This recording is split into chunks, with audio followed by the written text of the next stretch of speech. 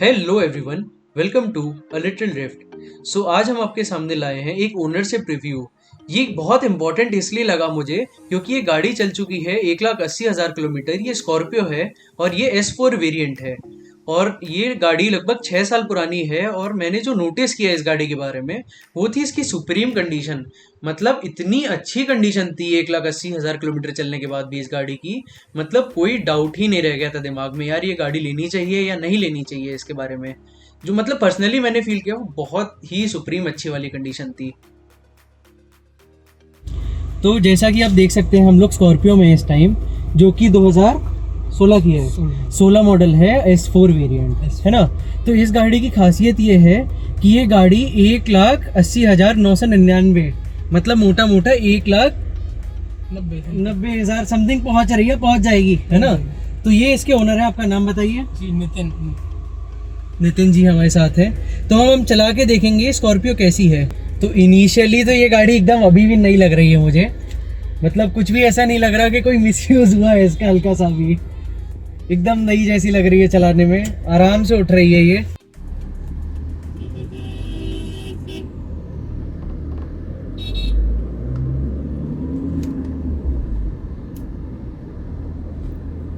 एकदम पोलाइटली चल रही है, बिल्कुल भी फील नहीं हो रहा कि इतनी चली हुई गाड़ी है ये।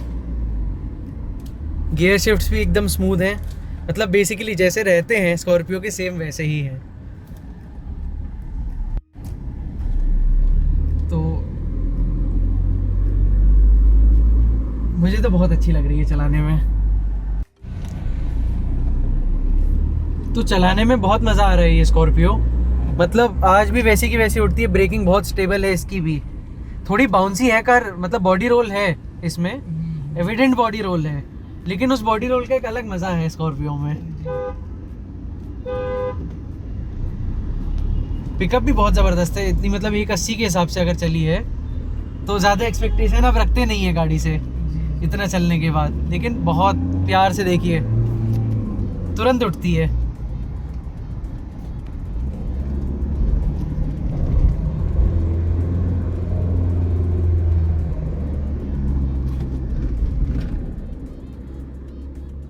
तो अब हम बात करेंगे स्कॉर्पियो के स्पेसिफिकेशंस के बारे में।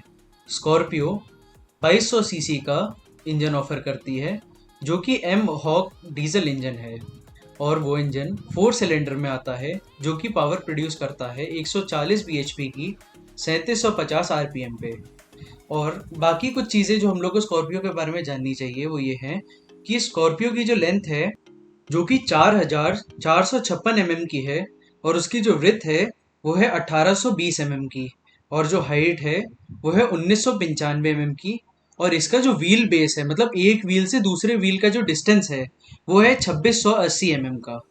और स्कॉर्पियो का जो ग्राउंड क्लियरेंस है वो 180 का है, जो कि अगर हम प्रैक्टिकल बैकग्राउंड पे देखें तो मतलब बोलने में तो बहुत कम लगता है, लेकिन जब इसको चलाते हैं तो ग्राउंड क्लियरेंस की कोई कमी फील ही नहीं होती है।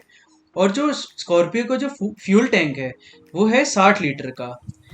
तो स्कॉर्पियो में हम लोग को सेफ्टी फीचर्स के नाम पे ABS, EBD, central locking, power door lock, anti theft alarm, driver and passenger airbag, tyre pressure monitoring system, crash sensor मिलता है। कुछ मैं आपको अपना पर्सनल एक्सपीरियंस शेयर करना चाहता हूँ। स्कॉर्पियो मैंने भी बहुत चलाई है और बहुत अच्छे अच्छे रन किए हैं स्कॉर्पियो से। तो मैंने इस गाड़ी के बारे में जो जाना था वो ये था कि ये जो पावर डिलीवरी जो है ना इसकी बहुत लीनियर है। मतलब जो इसका एक्सेलरेशन है वो 0 to 100 बहुत प्यारा होता है। लेकिन ये गाड़ी मतलब हाई स्पीड्स पे चलने के लिए नहीं बनी है, थोड़ी अनस्टेबल हो जाती है हाई स्पीड्स पे। और मतलब मैंने जो चलाया था इसको, जो मतलब ग्राउंड क्लियरेंस का मुझे कहाँ पे पता चला वो ये था जब मैं रेलवे की साइड्स पे जाता था तो इसको एक प्लेटफॉर्म से दूसरे प्लेटफॉर्म के, मतलब जो बीच में ट्रैक होता है ना उसमें जंप कराया कई बार, तो ये गाड़ी बिना कहीं रुके या बिना कहीं टकराए निकलती चली गई। तब मुझे पता चला इसकी पावर के और क्या कहते हैं जो ग्राउंड क्लियरेंस है उसके बारे में। मुझे तब फील हुआ कि यार ये गाड़ी सही में बहुत केपेबल है। और रही बात इसको हाईवे पे ड्राइव करने की, तो उसका एक अलग ही मज़ा था, क्योंकि जब आप चलाते हैं इसको तो आप देखते हैं कि बोनेट एक साइड से दूसरी साइड का पूरा विजिबल है। और इसको चलाने का फ़ायदा कब आता है, जब आप सिटी में रहते हैं बम्पर टू बम्पर ट्रैफिक आपको बहुत इजीली क्लियर होने के मतलब कोई दिक्कत ही फील नहीं होती स्कॉर्पियो चलाते समय। लेकिन जो मेन दिक्कतें हैं भी इस गाड़ी में वो ये थी कि ये फीचर्स बहुत कम ऑफर करती है।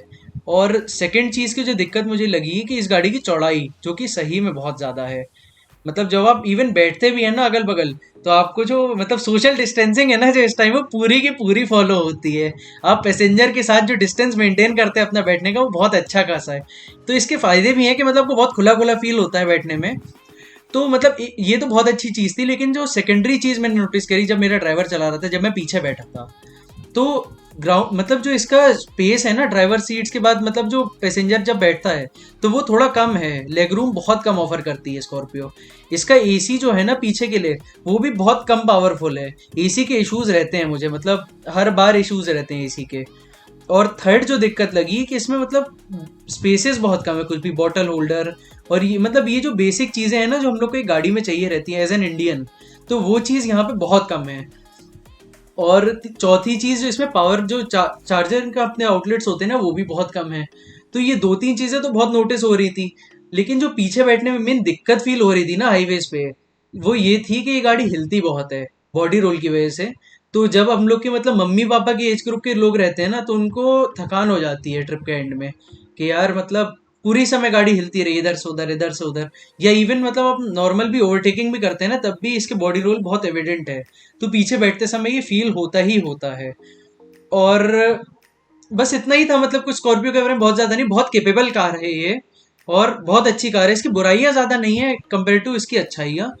तो ये गाड़ी आप ले सकते हैं इवन आप सिटी में भी चलाना हो। और जो मैंने फील किया अपना एवरेज के बारे में, जो मुझे एवरेज मिला इस गाड़ी का वो था 10 का, जब मैं चला रहा था अपने तरीके से। और बाकी लोगों ने भी मतलब जो ड्राइवर चलाते हैं तो उनका कहना ये था कि 13-14 डिलीवर करती है, लेकिन मैं थोड़ा सा रफ चलाया तो उस समय ये गाड़ी मुझे 10 का डिलीवर करी। तो यही थी स्कॉर्पियो की कहानी। थैंक यू वेरी मच और सुनने के लिए बहुत बहुत शुक्रिया।